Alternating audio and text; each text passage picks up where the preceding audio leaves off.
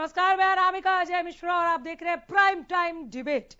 हरियाणा विधानसभा के बजट सत्र का 7वां दिन बेहद हंगामेदार रहा। इस दौरान विपक्ष ने कई सवाल दागे, एक के बाद एक। सत्ता पक्ष को अपने सवालों से घेरने की भरपूर कोशिश की तो सत्ता पक्ष ने भी हर सवाल का करारा जवाब दिया।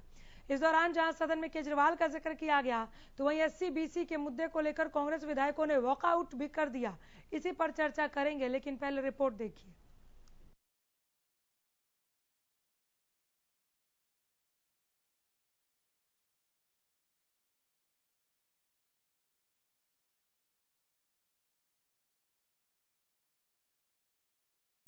सदन में 7वें दिन जमकर टकराव, रजिस्ट्री घोटाले पर खूब मचा बवाल, पक्ष विपक्ष के बीच तीखी नोकझोंक, कांग्रेस ने सदन से किया वॉकआउट। हरियाणा विधानसभा में बजट सत्र के 7वें दिन सत्ता पक्ष और विपक्ष के बीच जमकर टकराव हुआ। सदन में दोनों पक्षों के बीच खूब गर्मागर्म बहस देखने को मिली। एक ओर जहां रजिस्ट्री घोटाले को लेकर विपक्ष ने सरकार को घेरने की कोशिश की, ताबड़तोड़ सवाल दागे, तो वहीं सत्ता पक्ष ने विपक्ष के हर सवालों का करारा जवाब दिया। हरियाणा में रजिस्ट्री घोटाले को लेकर कांग्रेस ने जहां सरकार से तीखे सवाल किए, तो वहीं मुख्यमंत्री मनोहर लाल ने खुद मोर्चा संभाला और विपक्ष के सवालों का करारा जवाब दिया। इतना ही नहीं, इस दौरान सीएम विपक्ष को ही घेरते नजर आए। अगर कोई छोटी लैंड इरेगुलर कॉलोनीज के लिए खरीदता बेचता है, उस पर रोक लगे, खेती पर भी ना लगे, वेकेंट लैंड पर भी ना लगे, लेकिन मानो किसी का कोई इंडस्ट्रियल प्लॉट है, किसी का कोई उसका पर्पस क्या है, रेजिडेंशियल बनाना है, उसको कमर्शियल बनाना है, तो कम से कम वो जो मशरूम ग्रोथ वो रुकनी चाहिए। और हमने इसको रोकने के लिए ही 7A की सख्ती की। हमने 2017 से ये जो सारा डाटा मांगा है, जिसके बारे में हमारी बहन किरण जी कह रही हैं कि हमने माना कि 60,000 के लगभग रजिस्ट्रियां जो हैं इसमें 7A की गड़बड़ हुई है। हमने माना नहीं है, हमने ये जाना है। मानते तब जब कोई और आकर के हमको बताता, जब हमें स्वयं को पता लगा कि ये एक फ्लॉट हो रहा है। इनकी जो जानकारियां मिली हैं वो उसके बाद अप टू 20 जनवरी 2022 की भी लास्ट जानकारी है। जब ये सारा कुछ हुआ उसके बाद उसका एक फील्ड में, क्योंकि ये नीचे से जानकारी आई है, उसको वेरीफाई करना जरूरी है कि वेरीफाई करने के बाद कि इसमें से कितनी सत्यता कितनी नहीं है। वेरिफिकेशन के बाद तब इनका एक्सप्लेनेशन मांगा गया है, चाहे तहसीलदार हैं, चाहे सब तहसीलदार हैं, चाहे पटवारी हैं, चाहे रजिस्ट्रेशन क्लर्क हैं। 15 दिन का उनको टाइम दिया गया है। जवाब आने के बाद और इसकी जो कार्रवाई है, आखिर बिना जो सिस्टम है उस कार्रवाई के बिना कोई एक्शन लेंगे तो कल को कोर्ट फिर वही करेगा जो बाकी लोगों को उन्होंने, जिनको हमने सस्पेंड किया और उनको उन्होंने बहाल कर दिया। तो हम चाहते हैं कि पुख्ता जो केस है वो बनेगा। ये सारा हम अपने आप कर रहे हैं, हमको किसी ने आके बताया नहीं, शिकायत की नहीं है। हम भ्रष्टाचार को रोकने का पहले दिन का हमारा इरादा है कि भ्रष्टाचार नहीं होने देंगे। इस दौरान SC-BC के मुद्दे पर सरकार पर निशाना साधते हुए कांग्रेस विधायकों ने सदन से वॉकआउट भी किया। मुख्यमंत्री जी ने SC-BC वर्ग का इस बजट बुक से नाम ही मिटे दिया। लगता है आप लोगों ने उनसे लगाव नहीं है, आप लोग उनकी इज्जत नहीं करते, आप लोग उनके उत्थान के लिए कुछ नहीं दे रहे। बड़े अफसोस की बात है। मैं अपने SC-BCओं के भाइयों के लिए नए कुछ इस बजट में देने के लिए और इस बजट से नाम मिटाने के लिए खुद वॉकआउट होती है। एक और जहां विपक्ष ने रजिस्ट्री घोटाला, शिक्षा, स्वास्थ्य को लेकर कई मुद्दों पर सदन में सरकार को घेरने की कोशिश की, तो वहीं हरियाणा विधानसभा में दिल्ली के CM अरविंद केजरीवाल का भी जिक्र किया गया। JJP विधायक रामकुमार गौतम ने क्या कुछ कहा, पहले वो सुनिए। हम तो आपकी पार्टी से दूरदार हैं इस वक्त, लेकिन झाड़ू वाले का ख्याल रखना बहुत खतरनाक है। अध्यक्ष महोदय, हमारी पुरानी एक कहावत है, कोई भाई महसूस ना करे। अध्यक्ष महोदय पुरानी कहावत है हमारे हरियाणा की। वो कहते हैं सांप लड़े, बिच्छू लड़े, झाड़ा लाग दे, भला जिसका लड़ दे बाणियां तड़फ तड़फ मर दे। तो केजरीवाल को छोटा मोटा वो बाणियां मत मानना, सारे पंजाब को पी गया, कोई लेना देना नहीं है। हमारे पड़ोस का रहने वाला है, सिवानी का, और हिसार में पड़े है, दिल्ली पे कब्जा कर गया, पंजाब पे, अगला उसका टारगेट हरियाणा है। इसलिए मुख्यमंत्री महोदय सबको साथ लेके चलो। हरियाणा का बजट सत्र 22 मार्च तक चलना है। अब देखना है कि आने वाले दिनों में विपक्ष किन किन मुद्दों को लेकर सरकार को घेरने की कोशिश करेगा और सत्ता पक्ष उसका किस तरह से जवाब देगी। हरियाणा न्यूज के लिए चंडीगढ़ से रवि कालीरमन की रिपोर्ट।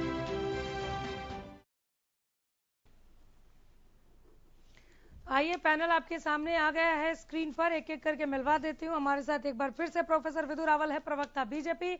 बहुत स्वागत है रावल साहब। खालिद चालका प्रवक्ता कांग्रेस के तौर पर है, स्वागत है चालका जी। मनदीप बिश्नोई प्रवक्ता जेजेपी है, मनदीप जी आपका भी स्वागत है। मैं आपका भी स्वागत करती हूँ। राकेश कुमार, आप राजनीतिक विश्लेषक हैं। एक एक करके सभी के पास आ जाऊंगी। बहुत सारे आज तीर कमान लेकर विपक्ष बैठा था, आप लोगों के लिए हम देख रहे थे जवाब, हालांकि आपने सबके दिए, एक एक करके दिए और करारे जवाब दिए, लेकिन सवालों को देखकर विपक्ष का मन पड़ पाए कहीं आप प्रोफेसर विदु रावल? देखिए, विपक्ष का काम सकारात्मक होना चाहिए, सरकार का अच्छे कामों में सहयोग करना, बेहतर सलाह देना। इस प्रकार का उन्होंने अपनी भूमिका पहले दिन से ही नहीं रखी हुई।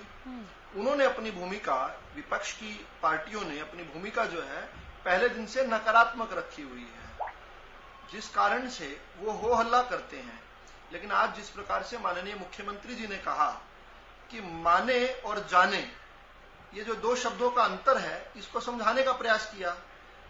किसी भी भ्रष्टाचार के मामले का विपक्ष को तब पता चलता है जब हम उसके ऊपर कार्रवाई कर रहे होते हैं। और ये हमारी निष्ठा, हमारी भ्रष्टाचार के प्रति जीरो टॉलरेंस की पॉलिसी है कि हम कोई भी भ्रष्टाचार का छोटे से छोटा मामला भी कारपेट के नीचे नहीं जाने देते।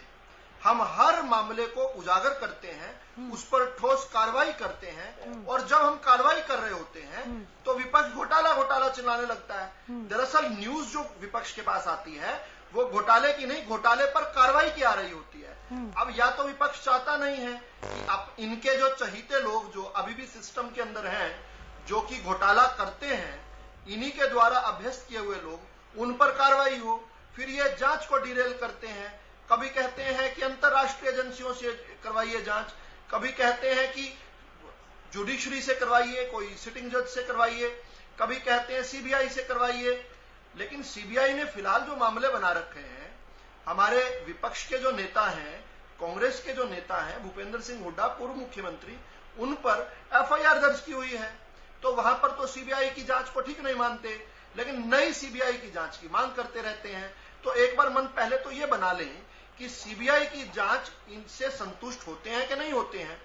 फिर हमारी एक के बाद एक जिस प्रकार से ताबड़तोड़ कार्रवाइयां हैं, ये विपक्ष को जरूर सोचने पर मजबूर करती हैं कि जिस प्रकार से विपक्ष घोटाले को देखकर भी आंख मूंद लेता था या आंख परे फेर लेता था, क्या इसीलिए ही जनता ने उनको बेदखल किया हुआ है सत्ता से? क्या मनोहर लाल हरियाणा की जनता के लिए इसलिए फेवरेट हैं कि वो कोई एक छोटे से छोटा मामला भी किसी भी बड़े से बड़े अधिकारी पर भी हो, किसी बड़े से बड़े गुर्गे पर भी हो, और चाहे विपक्षी पर भी हो, किसी पर भी किसी को बख्शते नहीं है? क्या इसलिए जनता के फेवरेट बने हुए मनोहर लाल जी? ठीक है, खालिद चालका, हमने घोटाला माना नहीं, जाना है, और हमने जाना इसलिए आपको पता चला, सरकार कह रही है।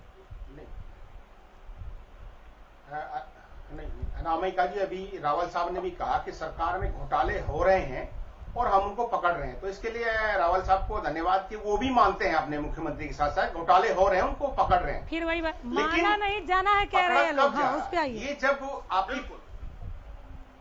अभी उन्होंने कहा, अभी रावल जी ने कहा कि घोटाले हो रहे हैं, हम उनको पकड़ रहे हैं। रावल जी ने अभी तो कहा 1 मिनट पहले, तो इसके लिए उनको धन्यवाद देते हैं कि रावल जी भी मानते हैं अपने मुख्यमंत्री जी के साथ साथ कि इस प्रदेश के अंदर घोटाले बड़े लेवल पे हो रहे हैं। वो मानते हैं कि इस प्रदेश के अंदर जमीनों में बड़े घोटाले हुए हैं, लगभग 10। अच्छा प्रोफेसर साहब, एक सेकेंड रोक, खालिद चालका, एक सेकेंड, खालिद जी एक सेकेंड। सर, आप मानते हैं या जानते हैं? हाँ। ये शब्दों का खेल हो गया, लेकिन जो मैटर है उसको मानिए या जानिए, गड़बड़ी तो हुई है।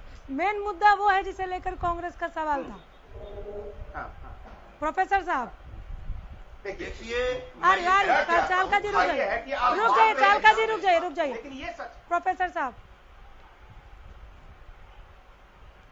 आप मानिए या जानिए गड़बड़ी तो हुई है। हम संतों की दुनिया में नहीं रह रहे। हम अनामिका जी हम संतों की दुनिया में नहीं रह रहे। हमारे यहाँ कांग्रेसी भी हैं और कांग्रेस का एक इकोसिस्टम भी है। कांग्रेस जब खुद सत्ता में था तो खुद घोटाले करवाता था। अब कांग्रेस को तो जनता ने सत्ता से बेदखल कर दिया, लेकिन कांग्रेस का इकोसिस्टम तो अभी भी मौजूद है। हमने उन लोगों को निकाला, ढूंढ कर निकालना तो शुरू नहीं किया जिन्हें कांग्रेस ने भर्ती किया हुआ था, जो कांग्रेस के घोटालों में उनके सहभागी बनते थे। हम उन पर जांच कर रहे हैं, जिसने गलत किया उस पर कार्रवाई भी कर रहे हैं। लेकिन ऐसा हम कतई नहीं कह रहे हैं, बिल्कुल ध्यान से सुन लें खालिद चहलका जी भी, हम ऐसे कतई नहीं कह रहे हैं कि कांग्रेस के जाने के साथ साथ भ्रष्टाचार भी हरियाणा से खत्म हो गया। हाँ, अब भ्रष्टाचार निरंकुश तरीके से नहीं चल सकता, भ्रष्टाचार पर ठोस कार्रवाई होती है। ये आज की न्यूज। ठीक है, हो गया। खालिद जी आप बोलिए। हाँ, देखिए अच्छे प्रवचन हो गए आपके रावल साहब, लेकिन ना आप ये मान रहे हैं, जान रहे हैं, विषय नहीं है। विषय ये है कि तहसीलों में लगातार पिछले 7 सालों से इतने बड़े बड़े मामले भ्रष्टाचार के उजागर होते हैं। आप कार्रवाई के नाम पे, जांच के नाम पे लोगों को, उन मामलों को दबा देते हैं। इसके पीछे का सच्ची है अनामिका जी, इसके पीछे का सच्ची है। अब इनको रोक दीजिए। नहीं, ठीक है, बोलने दीजिए ना प्रोफेसर साहब। मैं आपके पास 2 बार आई, 2 और गेस्ट हैं, रुक जाइए। हाँ, खालिद जी बोलिए। अन्यथा रेगुलर 2 बार उनके पास बीच में मुझे, इसके पीछे का सच ये है कि तहसीलों में, हरियाणा की तहसीलों में 5 से 8% का कमीशन तहसीलदारों के माध्यम से सरकार में बैठे लोगों को जाता है। 300 से 500 रुपए गज का कमीशन सरकारी अधिकारी द्वारा उगाकर एक गरीब किसान और एक मेहनत करके प्लॉट खरीदने वाले व्यक्ति से 300 से 500 रुपए का कमीशन लेके बड़े सरकार में बैठे अधिकारियों को जाता है। अगर ऐसा नहीं है, खालिद जी, अगर ऐसा नहीं है अनामिका जी, जो भ्रष्टाचार में एफआईआर हुई और उन अधिकारियों को एफआईआर होने के बाद बात क्यों कहा गया, अब ये बता दें कि 2007 से 2021 तक, 2007 से 2021 तक लगभग 65,000 रजिस्ट्रियों में गड़बड़ी पाई गई। तो ये कौन सी जांच होती है और कौन सा मानना और जानना होता है? आप 1 में नहीं पकड़ पाते, आप 2 में नहीं पकड़ पाते, आप 1,000 में नहीं पकड़ पाते, आप 5,000 में नहीं पकड़ पाते।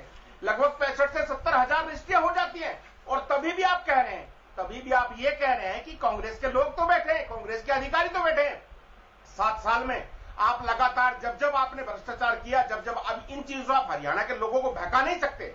हरियाणा के लोगों का अपमान आप ऐसे नहीं कर सकते कि आपको 7 साल से सरकार में बिठा कर रखकर आज भी आप ये कहते हैं कि कांग्रेस के अधिकारी बैठे हैं, कांग्रेस का सिस्टम बैठा है। ये कह के आप अपने आप को पाक साफ नहीं बता सकते। अगर ऐसा था तो जिन लोगों के खिलाफ एफआईआर हुई, कमेटी बनी थी कोरोना के, सुनिए अनामिका जी, कभी एक कमेटी बनाई गई थी रजिस्ट्रियों में घोटालों को लेकर, एक कमेटी बनाई गई थी रजिस्ट्रियों घोटालों को लेकर, जिसमें लगभग 300 लोगों को नामजद किया गया था, जिसमें 150 लोग वो थे जो तहसीलदार और नायब तहसीलदार थे। उनके खिलाफ क्या कार्रवाई हुई, जरा सरकार को ये बताना चाहिए, उनके खिलाफ कार्रवाई क्या हुई। सरकार ये बताए कि कोरोना काल के दौरान आपने जो रजिस्ट्रियों को आपके ऊपर एलिगेशन लगे, रजिस्ट्री जो आपने अवैध रूप से कराई, उनमें आपने क्या कार्रवाई करी। सरकार ये बताए कि कोरोना काल के दौरान आपकी सरकार से जुड़े लोग शराब की तस्करी कर रहे थे, उनके खिलाफ कार्रवाई हुई। सरकार ये बताए कि सरकार में बैठे मंत्री और संतरी जब कोरोना काल में कोरोना किट के नाम से एक बड़ा घोटाला कर देते हैं, तो उनके खिलाफ आपने क्या कार्रवाई करी। आप ऐसे नहीं, ऐसे अपने आप को पाक साफ नहीं कर सकते।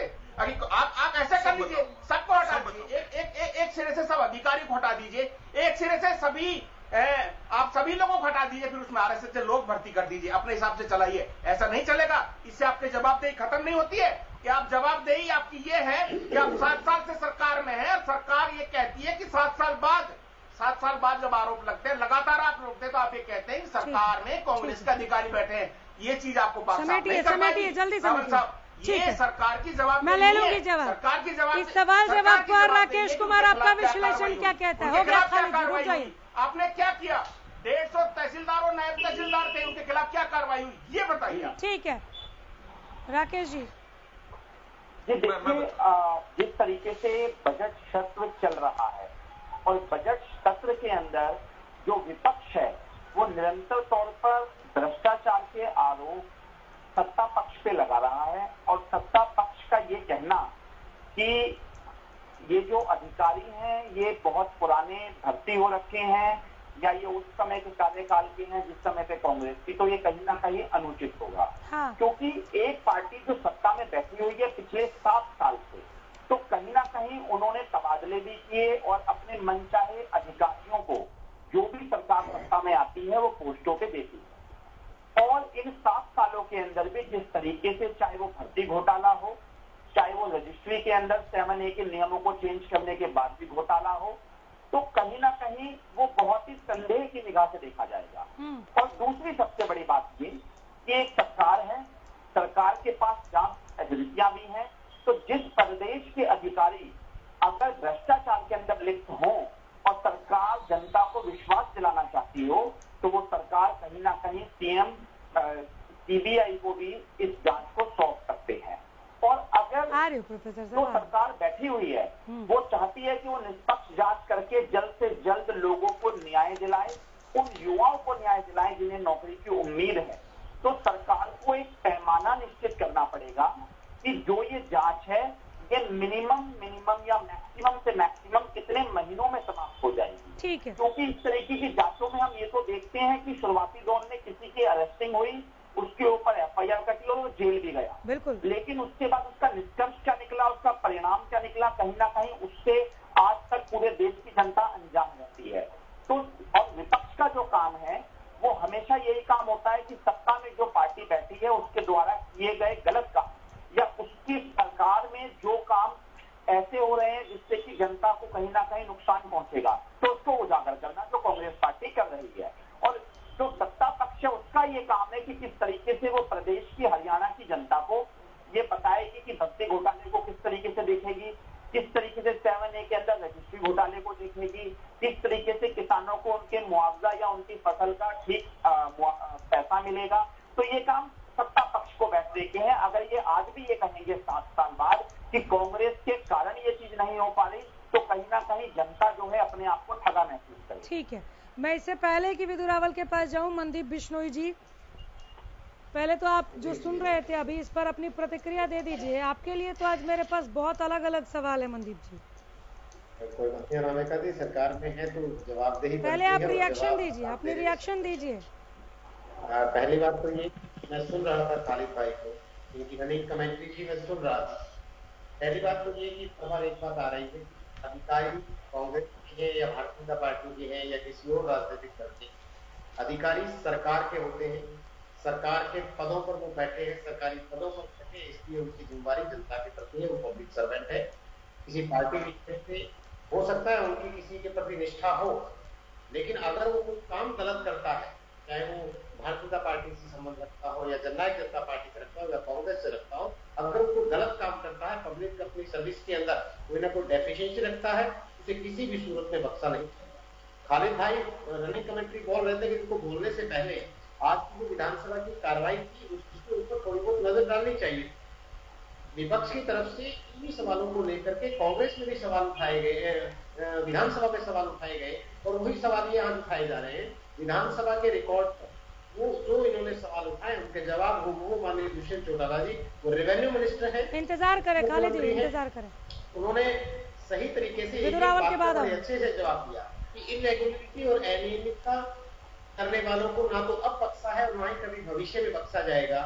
काले उजागर की जो बात कर रहे हैं, अभी प्रोफेसर विदु रावल जी ने कहा कि जाने और माने की जो बात कही थी बिल्कुल अच्छे तरीके से कही। आज तक मुझे बताइए कि कांग्रेस ने कौन सा घोटाला उजागर किया, इस घोटाले के लिए उसे सड़कों पर उतरना पड़ा कि ये घोटाला हो और इसके ऊपर सरकार को जांच करनी चाहिए। ये तो केवल और केवल अपनी चमड़ी बचाने के लिए, अपनी जो कानून के शिकंजे से इनके नेता बचे रहे, इसको लेकर के बेशक ये आंदोलन करें, आम जन से इनका कोई लेना देना नहीं है। कोई भी ऐसा घोटाला उजागर इन्होंने आज तक नहीं किया।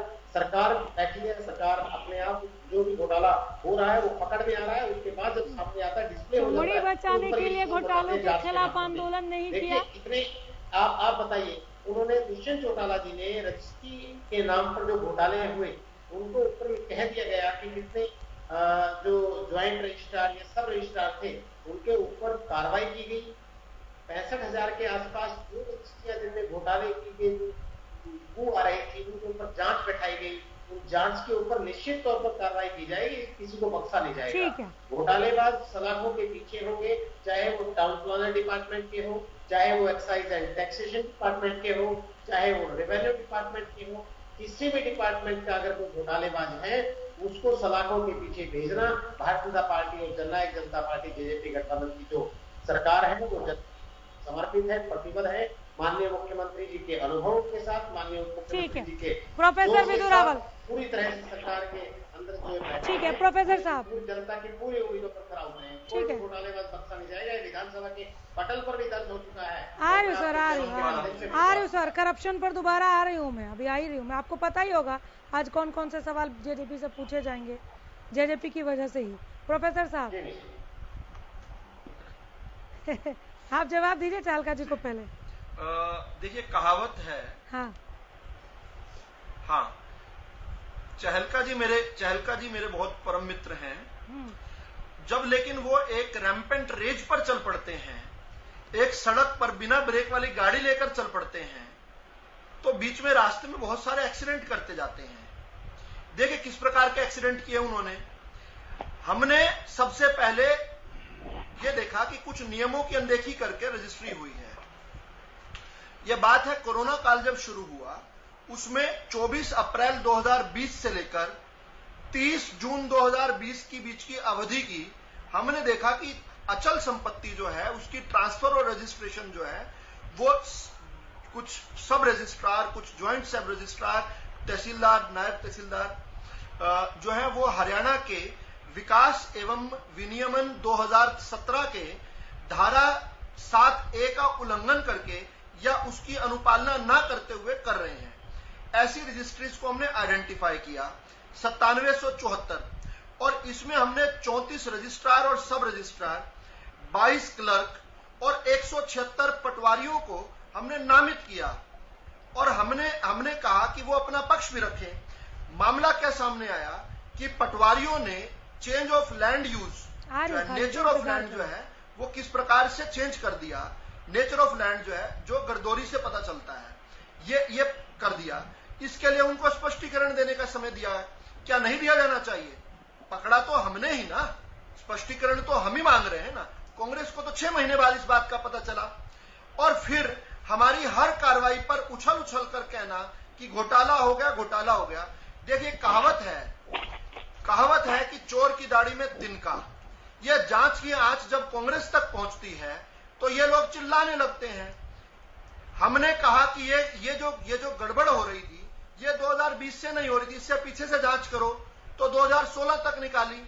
फिर जब देखा कि इसकी परतें 2016 से भी पीछे की हैं, तो हमने कहा 2010 से लेकर 2016 की भी करो। इस पर कांग्रेसी बौखला गए। उन्होंने कहा नहीं, हमारे समय की जांच ना करो, हम पकड़े जाएंगे। ये चोर मचाए शोर का उत्कृष्ट उदाहरण था। जब कांग्रेस वालों ने कहा जांच ना करो, ठीक है, आज भी सदन के अंदर खड़े होकर खालिद जी जिस प्रकार से कहते हैं चोर मचाए शोर, चोर कोतवाल को डांटे। ठीक है, रुक जाइए प्रोफेसर। उल्टा चोर कोतवाल को डांटे। कौन कोतवाल है, कौन चोर है? खालिद चालका। प्रोफेसर साहब रुकिए। देखिए अनामिका 2017 से लेकर 2021 तक 65,000 रजिस्ट्रियों की गड़बड़ी पाई गई, और जो कमेटी बनाई गई थी एक SCS अधिकारी का, उसमें लगभग 300 लोगों को नामजद किया गया था, जैसे अब रावल साहब बता रहे हैं। जिसमें सुनिए भैया, सुनिए मेरी भाई, ये देखो मैं बीच में बोलूंगा आपका, अगर आप सुनना नहीं चाहते तो मैं भी बोलूंगा भाई। लगभग 300 लोगों को नामजद किया गया, उसमें 150 तहसीलदार और नायब तहसीलदार थे। उनके खिलाफ सरकार ने क्या कार्रवाई करी? अभी रावल साहब कह रहे हैं कि हमने उनको सुनने का, अपना पक्ष रखने का वक्त दिया। हम उसको ऐसे भी कह सकते हैं, हम ये कहते हैं कि आपने उनसे सेटलमेंट का वक्त दिया, इसलिए आपने उनके कोई खिलाफ कार्रवाई नहीं करी, आपने पूरी व्यवस्था को बेच दिया। ये आपकी कार्रवाई थी। मुख्यमंत्री के गृह जिला में, पूरे हरियाणा को छोड़ दीजिए, छोड़िए मेरी बात, मुख्यमंत्री के गृह जिला में एक तहसीलदार लगातार 7 साल से बैठा है, जिसमें दुष्कर्म तक के आरोप लग जाते हैं। एक छोटे अधिकारी के घर से कुछ ही दिनों का 1 करोड़ का रिश्वत का अमाउंट पकड़ा जाता है, और आप बात करते हैं पारदर्शिता की, आप बात करते हैं पिछली सरकार में बैठे अधिकारियों की। ये सरकार में बैठे लोगों की जवाबदेही नहीं है। आप 2014 नहीं, आप 1947 से जांच कराइए। जहां तक जांच ले जानी आप लेके जाइए। इसमें अपनी गिरबान को आप नहीं बचा पाएंगे, ठीक है, खुद को पाक साफ नहीं कर पाएंगे। खालिद चाल का किसने मना किया था कि आप हमारे वक्त की जांच मत करवाइए? प्रोफेसर साहब पूछिए, किसने मना किया था कि आप हमारे वक्त की जांच मत करवाइए? कोई सुनिए मेरी बात, सुनिए। सरकार जो होती है, सरकार खुद में इंडिपेंडेंट फैसले लेने वाले के लिए सक्षम होती है। अगर मैं मना कर रहा हूं तो मेरे मना करने से क्या हो जाएगा? सरकार मान जाएगी? मैं तो ये नहीं कह रहा हूं। विधु रावल साहब क्या गलत कह रहे हैं? हमारे मनाने से मानती है। अगर आप लोग जीरो टॉलरेंस वाले हैं, अगर कहीं आपको किसी की दाढ़ी में तिनका दिख रहा है तो पूछ कर थोड़ी ना एक्शन लिया जाएगा। प्रोफेसर साहब ठीक है, खालिद जी रुक जाइए, हो गया। खालिद जी रुक जाइए, महाराज बस हो गया। हाँ रावल जी जल्दी से मंदिर बिश्नोई के पास जाना है, जल्दी। खालिद जी जी देखिए हमने ये कब कहा कि हम रुक गए? हम तो ये कह रहे हैं कि जिस मुंह से ये चिल्ला कर कह रहे हैं कि घोटाला हुआ, उसी मुंह से बिना मुंह बदले हुए उसी मुंह से कह रहे हैं कि जांच मत करो। हम इनकी बात थोड़ी मान रहे हैं, ऐसा थोड़ी कह रहे हैं कि हम इनकी बात मान रहे हैं, लेकिन हम तो ये जनता के सामने इनके दोगला चेहरा नजर जो है उसका एक आईना दिखा रहे हैं कि किस प्रकार जो लोग चिल्ला रहे हैं कि घोटाला हुआ, अखबारें पढ़कर। एक बार अनामिका जी मुझे एक बात का और बीच में नहीं सर, बीच में नहीं, ऐसा समझ में नहीं आएगा। आपका पॉइंट रहेगा। खालिद जी की बात का जवाब देना, बोलिए। खालिद जी आपकी बात का जवाब देना चाहता हूँ। खालिद जी ने बड़ा सुंदर सवाल किया कि जिन तहसीलदारों को, सब रजिस्ट्रार्स को, पटवारियों को आपने नामजद किया, उन पर कार्रवाई क्या की?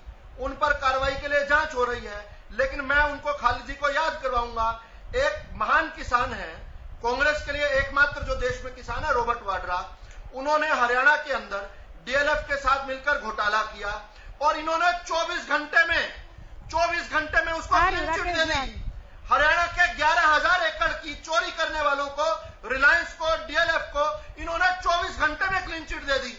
ये तो हमने आकर उससे दोबारा जांच शुरू की। ये किस प्रकार का आपकी दोनों जगह में राकेश कुमार हमने रॉबर्ट वाड्रा के तौर पर हमने रॉबर्ट वाड्रा की तरह किसी को क्लीन चिट नहीं दी है। हमने क्लीन चिट नहीं दी है। आपके बस में रॉबर्ट वाड्रा से क्या सेटिंग हुई? आज लाइव टेलीविजन पर बताओ 24 घंटे में रॉबर्ट वाड्रा से क्या सेटिंग हुई? रॉबर्ट वाड्रा से क्या सेटिंग हुई? डीएलएफ से क्या सेटिंग हुई? रिलायंस से क्या सेटिंग हुई? औकात पर मत जाइए प्लीज। मर्यादित शब्दों का इस्तेमाल करें आप लोगों से गुजारिश है। आप लोग यहाँ एक दूसरे की औकात देखने नहीं बैठे हैं, प्लीज औकात पर मत जाइए। खालिद जी ऐसे ही होता, ऐसे नाम अधिकार क्षेत्र ऐसे शब्दों का इस्तेमाल ना करें। जवाब मांगा जा रहा है। जिसकी कितनी औकात है वो जानने के लिए कोई नहीं बैठा। अनामिका जी जल्दी समेटे रावल साहब।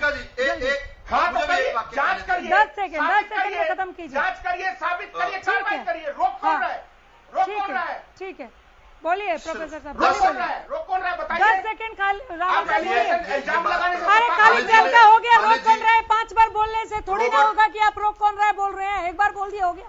बोलिए रावल साहब, 10 सेकंड में समेटिए जल्दी। इनके कहने से रुकेंगे भी नहीं हम, इनके कहने से रुकेंगे। लेकिन रॉबर्ट वाड्रा का नाम लेकर इनका हमें हमारी औकात बताना, विधु रावल की औकात ही नहीं कि रॉबर्ट वाड्रा के बारे में बात करें। चुप करा दिया था। विधु रावल की एक अदने से नागरिक की औकात ही नहीं है।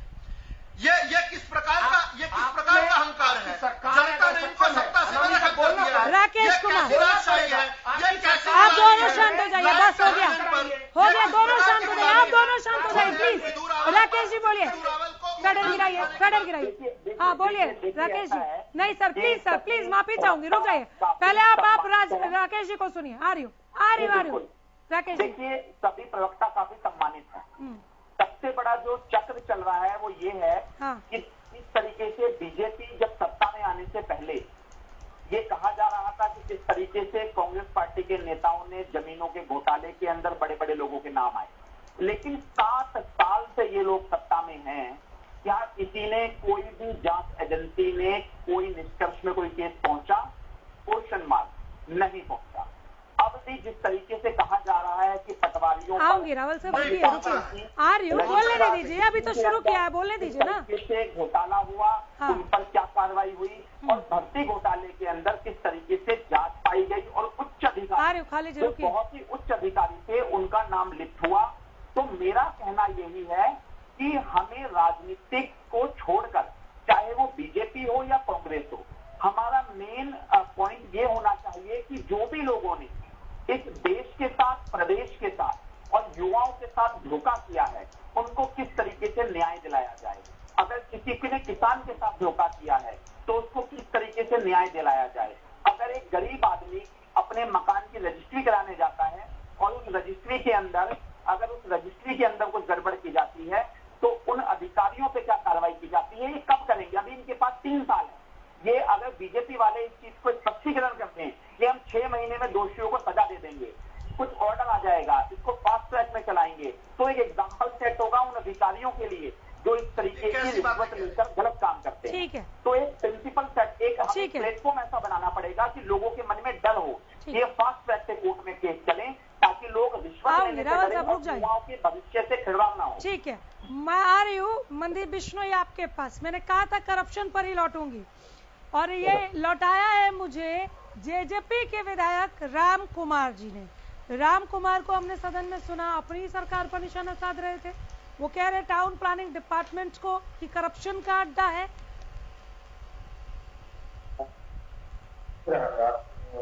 गौतम जी ने कहा, हाँ, वरिष्ठ विधायक है, हाँ, उन्होंने विधानसभा में कहा कि टाउन घोटाले हो रहे हैं। तो वो कब कहा उन्होंने? जब घोटालेबाज पकड़ा गया। और आने वाले दिनों में और भी जो घोटालेबाज है वो पकड़े जाएंगे। किसी डिपार्टमेंट को बंद नहीं सरकार में है ना आप लोग। अगर कोई डिपार्टमेंट नहीं, ठीक है, अच्छी, मैं समझ रही हूँ, आप इसको जरूर कवर करेंगे। आप अच्छा बोल रहे हैं, मैं सुनूंगी, आगे भी सुनूंगी। मैं कहीं और दूसरे गेस्ट के पास नहीं जा रही, लेकिन आप लोग सरकार में बैठे हैं सर, आप समझिए मेरी बात को। करप्शन का अड्डा आप बता रहे हैं, करप्शन का अड्डा, केवल एक करप्ट कोई चीज वहां से नहीं निकली है, करप्शन का अड्डा बोल रहे हैं आप लोग। जब सरकार के ही लोग ऐसी बात करेंगे तो फिर आप कांग्रेस को किस मुंह से जवाब दे रहे हैं?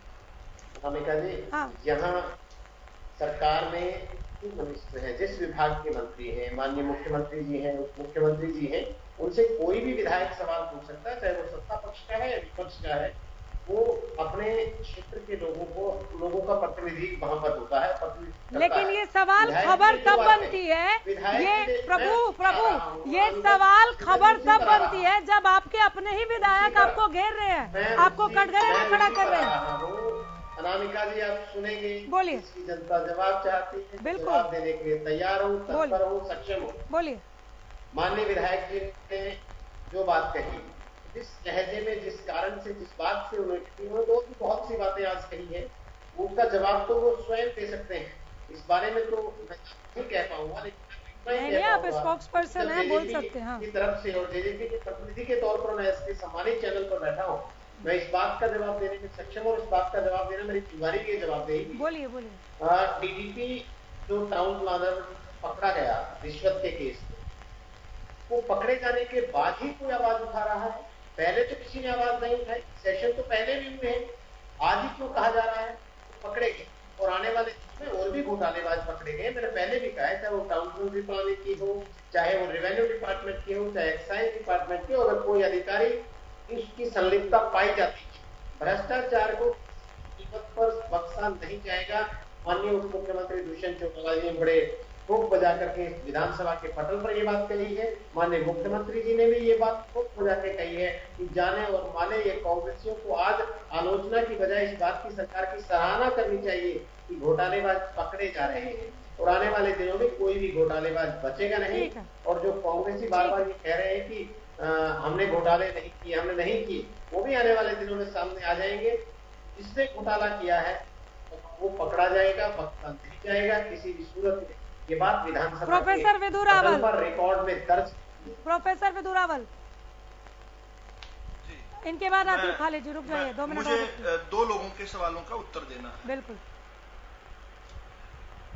खालिद जी की बात का तो बहुत सीमित सा उत्तर है। खालिद जी ने मुझे औकात बताई, अच्छा किया मुझे मेरी औकात बताई। एक अदना सा भारतीय, एक नागरिक किस प्रकार से वाड्रा खानदान की बात कर सकता है, ये बहुत मुश्किल काम है। और कांग्रेसी के सामने वाड्रा खानदान की बात कर दे, जिसने देश को नोच नोच के खा लिया, देश के किसान को लूट लिया, हरियाणा के किसान की 11,000 एकड़ जमीन खा गया, उसके बारे में एक विधुरावल चर्चा करेगा, ये बात बनती नहीं है। खालिद जी का उत्तेजित होना स्वाभाविक था, मुझे मेरी औकात याद करवाना भी बड़ा स्वाभाविक बात थी। इसी प्रकार का उनको संस्कार मिला है, इसी प्रकार की उनके वहां पद्धति रही है, इसलिए खालिद जी की बात का इससे अधिक उत्तर नहीं दिया जा सकता। अभी आपके यहां पर मैं मानता हूं विश्लेषक के रूप में राकेश जी आए हुए हैं, उनकी जानकारी में 2-3 चीजें मैं दे देता हूं। पहली बात तो वो ये पूछ रहे थे कि कार्रवाई किस पर हुई, तो मैं उनको बता दूं वो फास्ट ट्रैक कोर्ट की बात कर रहे थे और बात कह रहे थे। हम उनको बता दें कि इस देश के अंदर जांच की एजेंसीज तो हो सकती हैं, उन पर सरकार ये कहे कि इतने समय में जांच करके दे दो, लेकिन सजा देने का काम सरकारों का नहीं है, सजा देने का काम कोर्टों का है। और जब कोर्टों में मामले जाते हैं तो किस प्रकार के खेल होते हैं आप अच्छे से जानते हो। हम जानते हैं कि डे टू डे हेयरिंग के बाद भी किस प्रकार से आज भी रेप के केस हम 6 महीने में नहीं निपटा पा रहे हैं, इतनी प्रतिबद्धता के बाद भी। लेकिन जब वो कहते हैं कि कार्रवाई नहीं हुई, तो मैं उनकी याददाश्त में दिलवा दूं, वरिष्ठ पत्रकार हैं, विश्लेषक हैं, आगे भी बहुत जगह उन्हें बताना पड़ेगा कि एक सज्जन थे कांग्रेस की सरकार में, बहुत महत्वपूर्ण पदों पर रहे हैं, वित्त मंत्री रहे हैं, देश के गृह मंत्री रहे हैं, उनका नाम चिदम्बरम साहब था। वो गोभी के पेड़ गमलों में उगाकर करोड़ों रुपए का इनकम टैक्स किया करते थे, इनकम टैक्स बचाया करते थे। तो वो जो चिदम्बरम साहब हैं, वो उनके बेटे कीर्ति चिदम्बरम, दोनों को जेल की हवा हो चुकी है। अगर कोर्टों ने उन्हें जमानत दे दी, और जमानत सबका अधिकार है, हमारा ज्यूरिस्प्रूडेंस ये कहता है कि अधिकार है जमानत सबका, तो कोर्टों ने दे दी तो उसका कसूरवार भाजपा को निकालोगे क्या आप? किस प्रकार से मां और बेटा सोनिया गांधी और राहुल गांधी दोनों नेशनल हेराल्ड के मामले में जमानत पर बाहर हैं, नामजद भी हैं, आरोपी भी हैं, लेकिन इसके बाद भी जमानत कोर्टों ने दी हुई है, मुचलका उन्हें भरना पड़ा है। इसके बाद क्या इसका कसूर भाजपा के लिए निकालोगे क्या? जो ऑगस्टा वेस्टलैंड के मामले में सोनिया गांधी जी डबल जमानत पर बाहर है, उसका कसूर भाजपा का है क्या? और रॉबर्ट वाड्रा अपनी जांच को प्रभावित करने के लिए, जांच को रोकने के लिए 3-3 बार कोर्टों में गए हैं, जांच को रोक दो, कुछ भी करके जांच को रोक दो। अब जाकर राजस्थान के अंदर सत्ता परिवर्तन भी हो गया, जांच का एक बिंदु जो है राजस्थान तक पहुंचता था, महत्वपूर्ण बिंदु है वो, अब वहां पर कांग्रेस की सरकार है, उनसे क्या उम्मीद करें? जब यहां कांग्रेस के प्रवक्ता यहां पर एक अपने साथी प्रवक्ता को औकात बताते हैं रॉबर्ट वाड्रा का नाम भर लेने से, तो कांग्रेस की सरकार से क्या उम्मीद करें कि वो किस प्रकार की जांच कर रही होगी रॉबर्ट वाड्रा के? ठीक है, हो गया, हो गया, आप रिपीट कर रहे हैं, आप आपने जवाब दे दिया। ये कहना हो गया, कि सब कुछ नहीं मुझे फिनिश करने दिया जाए, मुझे जल्दी 10 सेकंड में समेटिए। सुनो खालिद जी खत्म कीजिए। राकेश जी आप रुकिए 10 सेकंड रुकिए खालिद, आपकी उनके पास कुछ कहने के लिए नहीं बता। मैं तो राकेश जी से बात कर रहा हूं, राकेश जी आप इंडिपेंडेंट ऑब्जर्वर हैं, आपकी बात सिर माथे पर, आप हमें सुधारिए, हमारी गलतियों को बताइए, लेकिन भगवान के लिए दुष्टों के साथ सज्जनों को खड़ा कर सज्जनों का कम से कम हौसला ना गिराइए। चलिए दुष्ट और सज्जन पर आ जाओ, ठीक है। इतना बेहतर काम करने के बाद भी अगर आप हमें कांग्रेसियों के साथ खड़ा कर देते हैं तो हमें डिस्करेजमेंट होता है। आप क्या बात कर रहे हैं? हमारे और कांग्रेसियों में कोई अंतर नहीं दिखता क्या आपको? क्या अभी भी मुख्यमंत्री के घर पर जाकर डील हुआ करती है क्या हमारे प्रदेश के मुख्यमंत्री पर कोई लेश मात्र का भी आरोप लगा सकता है क्या? ऐसे तो करना कीजिए कम से कम। ठीक है खालिद जी, आऊंगी राकेश जी, इनके बाद आती हूँ। हाँ देखिए, भाजपा के प्रवक्ता की जो वक्तव्य है उनमें सरकार की तरफ से जवाबदेही कम और एक नौटंकी ज्यादा दिखती है। आप वाड्रा जी के नाम ले रहे हैं, आप सोनिया जी का नाम ले रहे हैं, आप राहुल जी का नाम ले रहे हैं, आप नाम लीजिए, आप आरोप लगाइए, लेकिन आप उनको आरोप को सिद्ध करिए और कार्रवाई करिए। इसके लिए सरकारें स्वतंत्र है, प्रदेश की भी और देश की भी, किसी ने रोका नहीं, ना ही कोई रोकना चाहता है। लेकिन आप खाली अगर ड्रामाबाजी करके नौटंकी करके गुमराह करना चाहते हैं, वो आपका इशू है, आप रोक नहीं रहिए। और आपने रावल जी ने कोर्ट की आपने भैया सुनो, कोर्ट की कार्य प्रणाली पर आपने प्रश्न चिन्ह लगाया। आप इस देश की न्याय व्यवस्था का ऐसे मजाक नहीं उड़ा सकते रावल जी कि कोर्टों में क्या क्या चलता है। आप जरा बता दीजिए, यहाँ पे भाजपा के लोग बेहतर जानते होंगे कि कोर्टों में क्या क्या चलता है। आप बेहतर बाहर सकते हैं, आप ये बता सकते हैं। आप बताइए, आप देश की न्यायपालिका पर उंगली उठाते हैं, देश की न्यायपालिका का मजाक उड़ाते हैं। रिपीट नहीं, आगे बढ़िए, बोलिए आगे और बोलिए। दूसरा कोई नहीं कर पाएगा। रिपीट मत कीजिए, आगे बढ़िए। अभी जो जेजेपी के हमारे साथी जेजेपी के जो प्रवक्ता कह रहे थे, उनका विधायक खड़ा होकर विधानसभा में सरकार पे प्रश्न चिन्ह लगाता है, व्यवस्था को एक अड्डा बताता है भ्रष्टाचार का। किसी एक अधिकारी के लिए वो नहीं कह रहा था, किसी एक अधिकारी के लिए नहीं कह रहा था, पूरे डिपार्टमेंट के लिए उनका वक्तव्य था कि पूरा डिपार्टमेंट भ्रष्टाचार का अड्डा है। उससे पहले भी अजय चौटाला जी ने यह कहा था कि सरकार को जिस तरह से काम करना चाहिए, सरकार ने काम नहीं किया। प्रवक्ता यहां सरकार के लिए पक्ष लेने के बैठ जाते हैं, तो ये समझ नहीं आता कि प्रवक्ताओं को अलग क्लास कहां से दी जाती है और पार्टी का पक्ष कौन रखता है। आपको बता देना चाहता हूं, रेवेन्यू डिपार्टमेंट जो करप्शन का अड्डा है, आपके नेता प्रदेश के उप मुख्यमंत्री उस डिपार्टमेंट के सर्वोसर्वा हैं।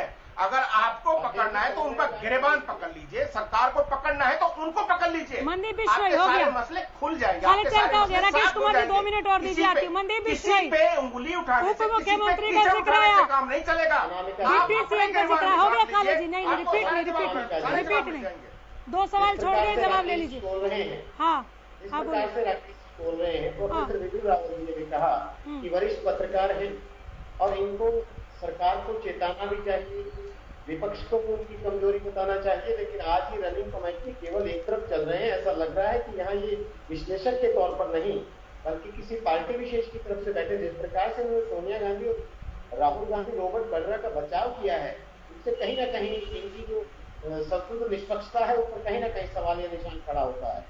और जहां तक इन्होंने रेवेन्यू डिपार्टमेंट की बात कही है, मैं पहले स्पष्ट कर चुका हूं और डिप्टी सीएम दुष्यंत चौटाला जी भी बड़े स्पष्ट शब्दों में विधानसभा के पटल पर स्पष्ट कर चुके हैं कि कोई घोटालेबाज बचेगा नहीं, चाहे वो कितने भी बड़े पद पर बैठा हो, किसी भी विभाग में बैठा हो। किसी विभाग के अंदर कोई भी इस प्रकार की अनियमितता, गैरकानूनी बख्शी नहीं जाएगी, कोई भ्रष्टाचार नहीं बख्शा जाएगा। रामकुमार जी गौतम ने जो बात कही, उस पर उन्होंने या तो कोई पर्टिकुलर तो बात करते, किसी भी बात की नहीं, उन्होंने रेवेन्यू डिपार्टमेंट के सर्वे सरकार कर रही है। पूरे करप्शन के पास तक ये बताइए, जो भी विभाग, वही पूरे किसी भी विभाग में कोई कार्रवाई हुई है वो सरकार को पकड़ना, तो उनको पकड़ ले। किसी ने पर्टिकुलर सरकार चलवाने का मतलब ये नहीं होता कि आप खुले छूट दे देंगे किसी को। सरकार ने कार्रवाई की, सरकार कार्रवाई कर रही है और जो मामले चल रहे हैं वो अदालतों में विचाराधीन है। निश्चित तौर पर सरकार में जो जांच एजेंसी, चाहे वो सीबीआई की जांच है, चाहे वो पुलिस की जांच है, जिन जिन दोषियों के खिलाफ, चाहे वो सोनिया गांधी जी, चाहे राहुल गांधी जी, चाहे रॉबर्ट वाड्रा है, चाहे विपक्ष के नेता भूपेंद्र सिंह हुड्डा हो, जो भी लोग हैं, उन सबके खिलाफ जांच एजेंसी ने पूर्णतः अपना। ठीक है राकेश कुमार, हो गया मनदीप जी, हो गया। राकेश कुमार निश्चित तौर पर उनको सजा और सलाखों बोलिए प्रभु, बोलिए, भेजने का काम करेगी। समय लग सकता है, कानून की चक्की धीरे जरूर चलती होगी, लेकिन आटा बड़ा भारी पीसती है। विजू रावल साहब कह रहे हैं आपने डिमोरलाइज कर दिया। कौन दुष्ट है, कौन सच्चा है, कौन दुष्ट कौन सज्जन, कैसे तय होगा? राकेश जी आपसे सवाल है सर, कौन दुष्ट कौन सज्जन? रावल साहब तो नाराज हो गए आपसे, कह रहे हैं आपने डिमोरलाइज किया। देखिए, राजनीति के अंदर हर एक पार्टी के प्रवक्ता की ये जिम्मेवारी होती है कि वो अपनी पार्टी के प्लेटफॉर्म को, अपनी पार्टी की बातों को रखे, और विपक्ष का काम होता है कि उसकी बातों को किसी न किसी तरीके से काटना है। मैं प्रोफेसर साहब की एक बात से बिल्कुल सहमत हूँ कि जो बेल है वो हर एक एक्यूज का राइट है कि उसको बेल मिले, लेकिन सरकार की ये जिम्मेदारी है कि जिसको भी बेल मिली है उसके ट्रायल को जल्द से जल्द सरकार हस्तक्षेप लेकर उसके ट्रायल को जल्दी खत्म करा सकती है। ये लोग 7 साल से सत्ता में हैं, तो अगर मैं सत्ता पक्ष की बात करूं तो उनको चाहिए कि जो भी लोग इस तरह के कार्यों में लिप्त थे, जिनके खिलाफ FIR है, चाहे वो 2010 तक के लोगों की जांच करें या सन 2000 तक के लोगों की जांच करें, लेकिन उनको ट्रायल को जल्द से जल्द खत्म कराना चाहिए ताकि प्रदेश की जनता को न्याय मिल सके। और अगर बात में विपक्ष की करूं, कांग्रेस की करूं, तो कांग्रेस को भी कुछ चीजों में सहयोग करना चाहिए कि वो भी प्रदर्शन करें, धरने प्रदर्शन करें, अपनी बात को उठाएं कि फास्ट ट्रैक कोर्ट बनाए जाएं। अभी सदन चल रहा है, सदन के अंदर किस तरीके से बजट की बातें हो रही हैं, 7A की बात हुई, भर्ती घोटाले की बात हुई, किसानों की बात हुई, लेकिन उसके साथ साथ जो लोग, क्योंकि एक राष्ट्रद्रोह की बात है, अगर किसी भर्ती के अंदर घोटाला होता है तो वो एक तरीके से राष्ट्र के साथ धोखा किया जा रहा है, क्योंकि जो नौजवान पैसे देकर भर्ती होगा वो किस तरीके से जनता की सेवा कर पाएगा, वो कभी नहीं कर पाएगा। तो उसके लिए कांग्रेस को भी आवाज उठानी चाहिए कि प्रदेश के अंदर फास्ट ट्रैक कोर्ट हो और उन कोर्टों में उन लोगों के मुकदमे चले जो लोग भर्ती घोटाले के अंदर या पब्लिक डीलिंग के अंदर जो लोग मुजरिम बनते हैं, जिनके खिलाफ FIR होती है, उनके केसों को फास्ट ट्रैक में चलाया जाए। तो कांग्रेस पार्टी को भी इस तरह की भी डिमांड करनी चाहिए। लेकिन ये जो लुका छुपी का खेल खेला जा रहा है कि आज ये सत्ता में है तो ये 2010 तक की जांच करेंगे, 3 साल बाद अगर सरकार बदल गई तो दोबारा से ये इल्जाम लगेगा कि ये लोग सत्ता में आ गए और इस जांच में सहयोग नहीं कर रहे। तो कहीं ना कहीं मेरा मानना यह है कि प्रोफेसर साहब की बात को मैं सहमत हूं कि बेल मिलना राइट है, लेकिन फास्ट ट्रैक कोर्ट के अंदर इसको करा जाए और दोनों ही पार्टियां, चाहे वो जेजेपी हो, कांग्रेस हो, बीजेपी हो, सभी 7A पर ये बात हो गई और सीएम साहब ने भी कहा कि इसकी अनदेखी हुई है और हम जांच कराएंगे। उन्होंने इस बात को कह दिया कि अब बहुत सख्ती के साथ जांच होगी और जांच तो कराएं। देखिए जांच तो कराएं। मैं इस बात से बिल्कुल सहमत हूँ अनामिका जी, लेकिन जांच का टाइम पीरियड भी सेट हो कि भाई एक बच्चा जब 12th क्लास में एडमिशन लेता है तो वो 1 साल के अंदर 12th पास करके दूसरी क्लास में जाता है, लेकिन इसमें कोई टाइम भी सेट नहीं है कि आपको। ठीक है, मैं टाइम पर प्रोफेसर साहब बोल दीजिए, विदुर रावल टाइमिंग पर कुछ बोलना चाहेंगे क्या? बस अब बहुत शॉर्ट रखिए, 10-20 सेकंड में बोलिए आप लोग। अब बहुत सारे मुद्दे और भी हैं। हाँ जल्दी से प्रोफेसर साहब, 10-20 सेकंड में जल्दी से बात। देखिए अनामिका जी, 10-20 सेकंड में नहीं रख पाऊंगा मैं अपनी बात, मेरी बात टाइम सेट होने वाले पे आ जाइए। आपने टाइमिंग की बात कही है तो टाइम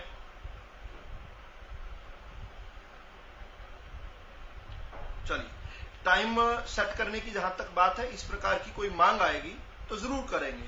हम विसल ब्लोअर्स का सम्मान करते हैं, हम खुद विसल ब्लोअर रहे हैं। जब सत्ता में नहीं थे तो हमने किस प्रकार किरट सोमैया जी ने CWG का स्कैम के लिए विसल ब्लोअर बनकर उजागर किया था। सुब्रमण्यम स्वामी ने 2G स्कैम के लिए केस लड़े हैं। प्रकाश जावड़ेकर, बलबीर पुंछ, रविशंकर प्रसाद, ये कौन सी पार्टी के नेता हैं? क्या कोई एक भी कांग्रेसी कहीं पर विसल ब्लोअर है? केवल हल्ला मचाने वाले लोग हैं। हम इनको अप्रिशिएट करते हैं, ये आए बाहर निकले और विसल ब्लोअर बने, हमारा सहयोग करें। प्रधानमंत्री फसल बीमा योजना को आप लोगों ने सदन में लूट बताया, लूट कैसे? देखिए, कृषि मंत्री ने इस पर आपत्ति जाहिर की थी। सरकार जांच नहीं कर रही है। सुनिए, सरकार जांच नहीं कर रही है, सरकार ही भ्रष्टाचार कर रही है, जिसके इस प्रदेश के अंदर कई बहुत बड़े ऐसे कांड इन्होंने किए हैं जो चीख कर गवाही देते हैं इनके भ्रष्टाचार की। रिश्वतों में घोटाला इनकी भ्रष्टाचार की गवाही देता है, नौकरियों में घोटाला इनके भ्रष्टाचार की गवाही देता है। सवाल का जवाब नहीं घोटाले सर, आप वापस वही घूम के जा रहे हैं। मुझे बैक गियर नहीं लगाना है। प्रधानमंत्री फसल बीमा योजना लूट कैसे, इस पर बोलिए, नहीं तो मैं आगे बढ़ूं।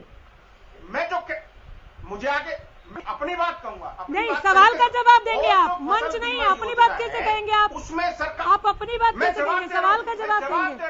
मैं नामी का जवाब दे रहा हूँ। जवाब नहीं, अपने तरीके से जवाब दूंगा। हाँ, बिल्कुल अपने तरीके से जवाब दीजिए, लेकिन सवाल का जवाब दीजिए। बड़ा करप्शन है बड़े